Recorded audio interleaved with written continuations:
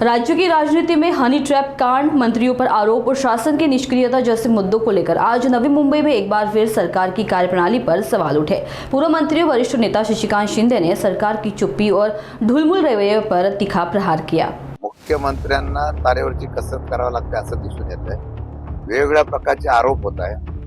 आज हनी ट्रॅपचा विषय निघाला, त्याच्यावर स्पष्टीकरण केलं जात नाही। काही लोकांनी पुरावे दाखवण्याचा प्रयत्न केला, ज्याला अटक केलाय त्याचे कोणाशी संबंध आहेत ते पण दाखवलं गेलंय, त्याच्यावर काही खुलासा होत नाही। प्रत्येकाला वाचवण्याचा प्रयत्न करण्याची खरं म्हणतं तर मुख्यमंत्री देवेंद्र फडणवीस यांचा आज वाढदिवस आहे, अजितदादांचा वाढदिवस आहे।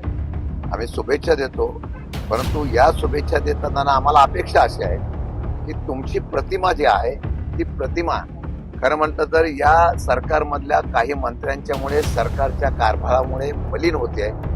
कधीतरी निर्णय घेण्याचं धाडस दाखवावं। सूरज चव्हाणावर कारवाई केली म्हणजे आपण त्या असलेल्या प्रकाराला न्याय दिला अशा प्रकारची भूमिका होत नाही। आजच मला कळलं की माणिकराव कोकाट यांनी बैठक प्रेस घेतल्याने त्यांनी सांगितलं की अशा प्रकारचा माझ्यावर जाणीवपूर्वक आरोप केला गेलेला आहे, मी काय राजीनामा देण्यासारखी परिस्थिती नाही। असं आहे की इतका असंवेदनशील अशा प्रकारचं मंत्री बोलत असतील आणि धाडसाने स्वतः वरिष्ठांची चर्चा केली का ना मला माहित नाही।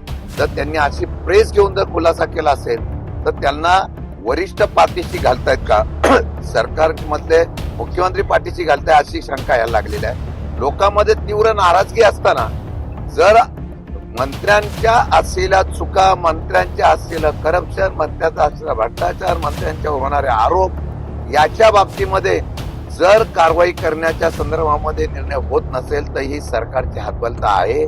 सरकार टिकवण्यासाठी मुख्यमंत्र्यांना अशा पद्धतीने किंवा भाजप सारख्या अशा पक्षाला या पद्धतीचा निर्णय घेणं भाग पडत असेल तर मग मला वाटतं की दुर्दैव आहे।